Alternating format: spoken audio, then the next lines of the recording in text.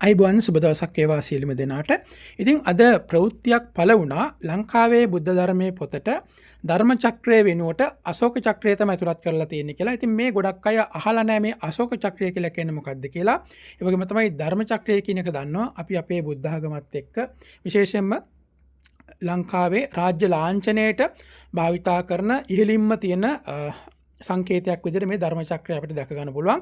විශේෂයෙන්ම ධර්ම චක්‍රය තුල අපිට දැක ගන්න පුළුවන් මේ වගේ ස්පෝක් 8ක් තියෙනවා. නැත්නම් අපි ඒක බැලුවොත් එහෙම ආර්ය අෂ්ටාංගික මාර්ගය තමයි නිරූපණය කරන්නේ. ඉතින් ඔයාලට මේ දැක ගන්න අවස්ථාව ලැබෙන්නේ ජාතික ලාංඡනේ ඉහළින්ම නිරූපණය කරලා තියෙන මේ ධර්ම චක්‍රය. ඉතින් කාලයක් තිස්සේ ශ්‍රී ලංකාවේ අපි භාවිතා කරන්නේ මේ ධර්ම චක්‍රය තමයි. නමුත් දැන් පෙළපත්වලට විශේෂයෙන්ම බුද්ධ ධර්මයේ පොතට ඇවිල්ලා තියෙනවා කියලාද නිවුස් එකේ ගියේ මේ අශෝක චක්‍රය. වලට පේන දෙන්නේ මේ අශෝක චක්‍රය භාවිතා කරන්නේ 1947 ඉඳලා ඉන්දියාවේ ජාතික කොඩියට තියෙනවා.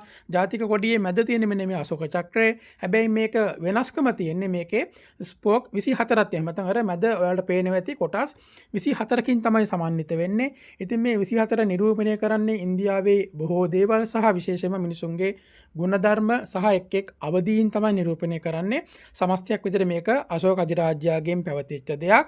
ඉතින් ඒක අශෝක අධිරාජ්‍යයත් එක්ක තමයි ධර්මයේ කියන එක පැවතෙන්න ඉස්සරහට අරගෙන ආවේ. නමුත් මෙතෙන්දී ලංකාවේ භාවිතා කරන්නේ ධර්ම චක්‍රය. ධර්ම චක්‍රය තුල තියෙන්නේ මේ වගේ ස්පෝක් 8ක් විතරයි. ඉතින් එතකොට මෙන්න මේ විදිහට ඉන්දියාවේ ජාතික කොඩියේ මැද තියෙන අශෝක චක්‍රය තමයි ලංකාවේ බුද්ධ ධර්මයේ පොතේ පෙළපොත් වලට ඇතුළත් කරලා තියෙනවා කියලා අද අපිට දැක ගන්න අවස්ථාවක් ලැබුණා නිවුස් එකක්. ඉතින් මේක මම ඔයාලට අරගෙන ආවේ මේ ධර්ම චක්‍රය සහ අශෝක චක්‍රය කියන අතර වෙනස සහ ඒක කොහොමද පැවතෙන්නේ කියලා. ඉතින් ලංකාවේ ජාතික කොඩියේ අපිට ධර්ම චක්‍රයක් දැක ගන්න අවස්ථාවක් ලැබෙන්නේ නැහැ.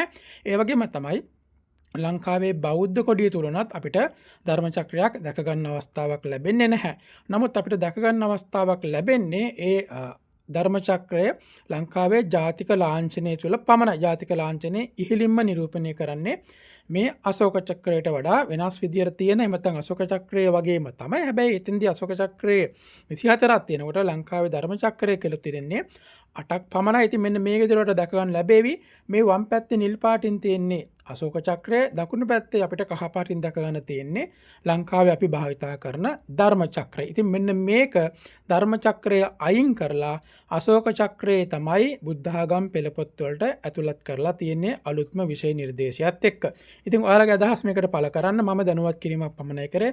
හැමෝටම ජයවති. මේ වගේ වීඩියෝස් කැමති නම් subscribe කරන්න අමතක කරන්නත් එපා. channel එකට like එකක් දාන්න, videos වල like එකක් දාන්න.